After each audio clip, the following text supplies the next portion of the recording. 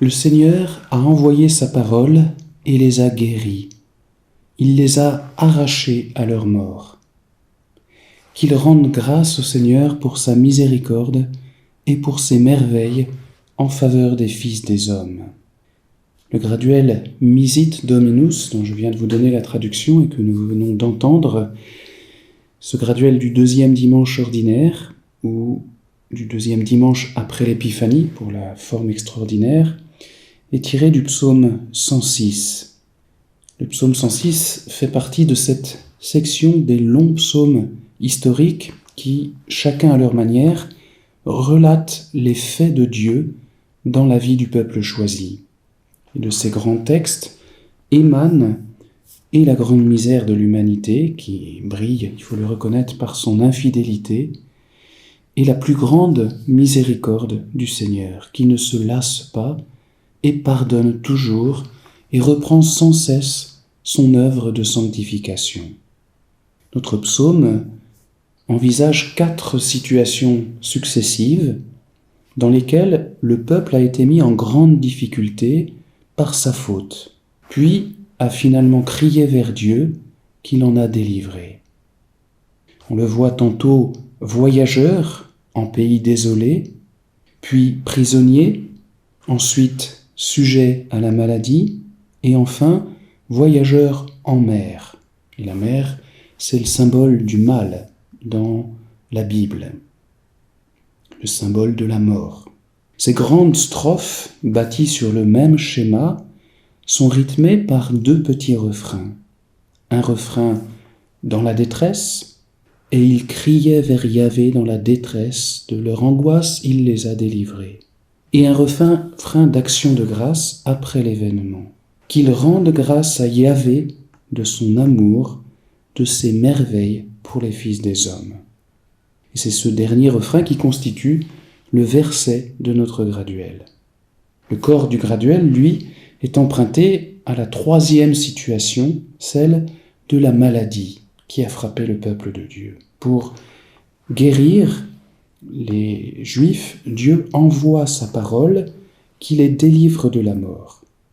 Et à travers ces expériences cruelles, historiques, où se rencontrent le péché et l'amour, où se combattent et se frôlent la mort et la vie, émergent plusieurs vérités très importantes aussi pour notre vie spirituelle.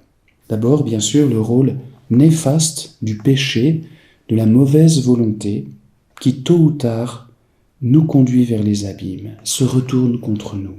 Ensuite, le rôle de la prière, qui jaillit de la détresse même, et qui est à la fois signe de conversion, et puis appel efficace, qui monte à coup sûr alors jusqu'au cœur de Dieu, Dieu qui ne saurait repousser un cœur contrit.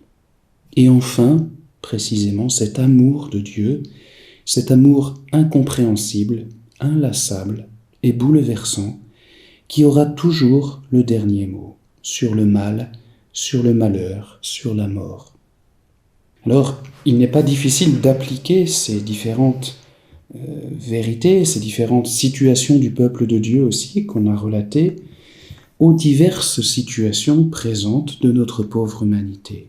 Nous sommes souvent plongés, aujourd'hui aussi, aujourd'hui surtout, dans une solitude mortelle qui résulte de l'absence de Dieu et dont nous sommes un peu coupables. Dans les ténèbres de la captivité, à l'égard notamment des biens matériels, qui étouffent la vie de notre âme. Dans les troubles des maladies, qui surgissent de nos mauvais agissements eux-mêmes. Dans les tempêtes de l'activisme irresponsable de nos sociétés stressées et trépidantes, névrosées et déprimées. Eh bien, dans ces diverses situations, le refrain du psaume qui est intégré par l'Église dans la liturgie, dans le chant de notre graduel, nous redonne conscience du primat de Dieu dans notre vie. Lui seul peut nous guérir et nous arracher à la mort. C'est donc un chant d'espérance au sein même de nos difficultés. Mais il y a aussi un autre enseignement qui résulte de ce verset de louange qui conclut le graduel. La louange, ici, elle est à la fois une conséquence des bienfaits du Seigneur, éprouvés par le peuple de Dieu. Elle se confond avec l'action de grâce pour tout ce que nous avons reçu. Mais la louange se présente aussi comme un remède. Le remède probablement le plus approprié aux diverses situations un peu désespérées qu'on vient d'énumérer, et notamment la situation actuelle de notre pauvre monde. Louer le Seigneur gratuitement, c'est sortir de soi-même, de son marasme, c'est hisser son âme vers des régions sereines, au-dessus des réalités terrestres qui trop souvent nous engluent et engendrent en nous le trouble de l'âme. L'habitude de la louange dans une âme crée en elle une disposition altruiste. Elle détourne son regard intérieur de ses problèmes personnels, elle élargit son horizon et ouvre sa capacité d'aimer, d'admirer, de se donner. Alors, progressivement, une telle âme se dispose au bonheur, au vrai bonheur, à cette joie dont le Seigneur a dit que nul ne pourrait nous la ravir. L'Église nous montre l'exemple dans sa liturgie, elle nous invite à la louange, elle est vraiment une mère attentive et ardente. Elle possède le secret de la prière, le grand secret de l'amour. Et en effet, dans sa vie, on le voit dans sa liturgie, mais dans sa vie au sens large, l'Église sait parfaitement harmoniser la louange gratuite, la prière, et la charité, le don de soi. Les charismes des diverses communautés actives et contemplatives se conjuguent admirablement dans l'unité au service de la société.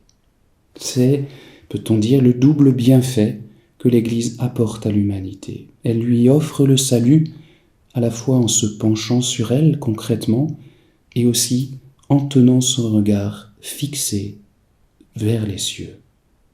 Eh bien notre âme, elle aussi, en chantant ce graduel notamment, doit unir en elle ces deux dimensions, actives et contemplatives. Alors on réécoute ce graduel Misit Dominus avant d'en faire un commentaire musical.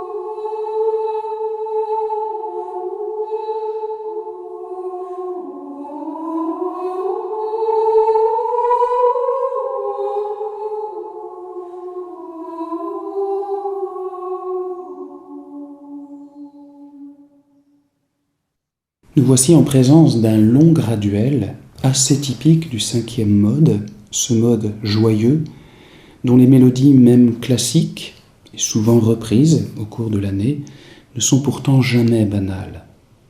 Le corps du graduel est composé de 3 phrases mélodiques, et il en va de même pour le verset, ce qui donne à cette pièce un certain équilibre, et on va voir que cet équilibre va être confirmé dans le détail.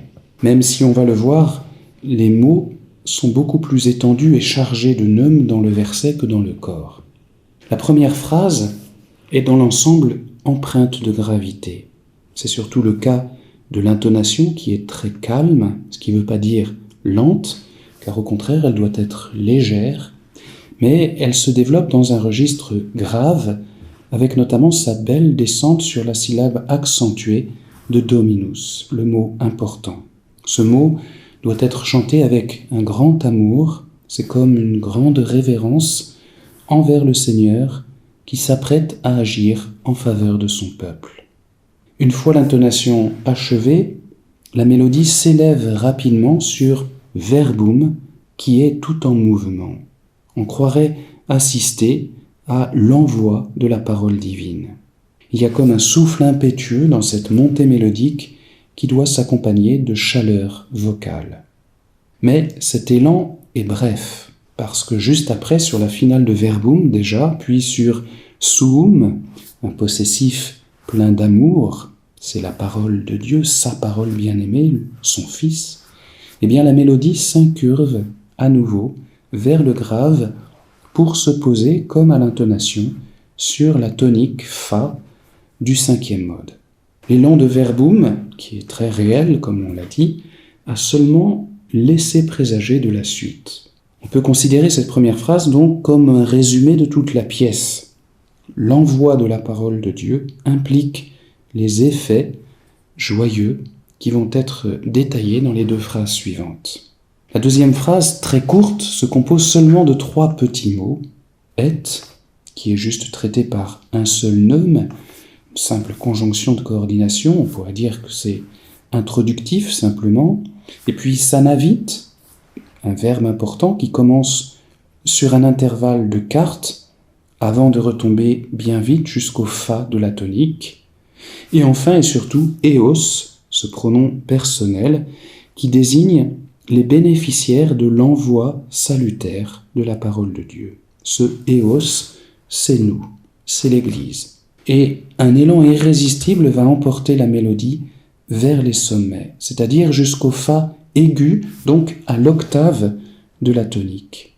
Là, c'est un véritable cri de joie qui évoque les guérisons évangéliques, celle de l'estropié qui, se voyant guéri par Jésus, se met à bondir littéralement pour exprimer sa reconnaissance. Ici, il y a vraiment un formidable crescendo aménagé, ce qui veut dire qu'il faut aborder le mot eos, piano, et puis avec beaucoup de célérité, de légèreté, atteindre d'abord le double do par un intervalle de quarte, sol, do, celui-là même que nous a déjà fait entendre le mot sanavit précisément, et continuer l'ascension avec élan et force vers le fa du sommet, qui doit être pris avec douceur, comme cueilli par l'élan qui l'a précédé, mais aussi avec fermeté et chaleur.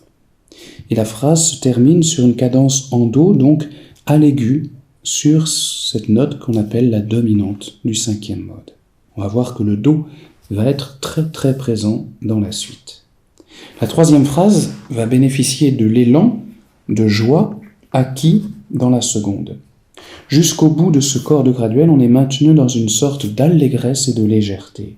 Plus encore que de nous voir guéris de nos maladies, la parole de Dieu nous arrache au pouvoir de la mort. Et l'Église chante cette heureuse nouvelle avec une complaisance très manifeste sur les 2 mots « eripuit eos ». Là, la prédominance des notes longues sur do, comme je vous l'ai dit tout à l'heure, semble nous indiquer que ce prodige ne peut venir que de Dieu. C'est trop haut pour nous. La mélodie plane dans les airs de la puissance divine. Pour la 2e fois, le mot « eos » est traité de façon très expressive, ici sans grand contraste mélodique, on part du do, on revient au do, mais dans une légèreté rythmique qui exprime très bien, la légèreté, la liberté des âmes qui se savent délivrées d'une telle oppression, la mort, ce poids de mort qui pesait sur elles. Cela doit et peut nous habiter tous. Nous avons été très réellement délivrés de la perspective de la mort éternelle par la mort et la résurrection de Jésus, la parole du Père qui s'est incarnée pour notre salut. Alors on doit sentir cette joie de notre foi dans tout ce passage, cette joie qui doit permettre aux chrétiens de traverser les épreuves de cette vie avec une âme sereine. La phrase se termine en revenant finalement au fa grave de la tonique, non sans avoir fait entendre jusqu'au bout des intervalles assez importants, notamment sur Eorum, la finale de Eorum. On peut voir là toujours l'expression de la joie presque insouciante des âmes délivrées. Il y a très certainement une nuance d'enfance spirituelle, je dirais, dans cette troisième phrase et dans sa finale en particulier. Le verset introduit donc, comme on l'a dit, une idée toute nouvelle, mais qui dérive évidemment de ce qui vient d'arriver, de ce dont on vient d'être témoin. C'est l'action de grâce et la louange après la délivrance. Ici, c'est de la grande louange, dans un déploiement de neumes assez impressionnant, vraiment. La première phrase de ce verset n'est composée que de 2 mots, confiteantur domino, mais ces 2 mots sont traités avec un faste très spectaculaire. Pourtant, à l'inverse des phrases du corps du graduel, la mélodie ici semble plus statique, elle ne bouge presque pas au plan mélodique, elle semble s'accrocher au dos et ne plus vouloir le quitter. Cette longue tenue, entrecoupée seulement de descentes très ponctuelles sur le La, qu'il faut bien se garder de télescoper, pourrait être monotone si on ne lui donnait pas suffisamment de vie, en ménageant bien les crescendo puis les décrescendo, et en donnant au tout beaucoup de légèreté. Le motif mélodique de base est repris 3 fois de suite, donc on doit renchérir à chaque fois sur confiteantur, avec beaucoup de légèreté et de chaleur vocale en même temps. Le mot domino se termine en une sorte d'extase sur le do à l'aigu. C'est magnifique, cette louange interminable qui se voudrait aussi éternelle que Dieu lui-même. Et cela va se continuer sur la phrase suivante. Là encore 2 mots seulement, mais qui n'en finissent pas. Misericordiae eius. Sur le mot misericordiae, la notion qui est vraiment au cœur de ce graduel, la mélodie se déploie en une courbe absolument parfaite, au balancement superbe, très régulière, très liée, très souple, qui nous mène du fa grave jusqu'au fa aigu, donc à l'octave, avant de nous ramener au fa grave. Alors là, il faudrait vraiment avoir la mélodie sous les yeux pour pouvoir repérer cet extraordinaire équilibre dans l'agencement du motif mélodique central sur Misericordiae, qui se répète 5 fois, 2 fois en amont et 2 fois en aval, de part et d'autre du sommet.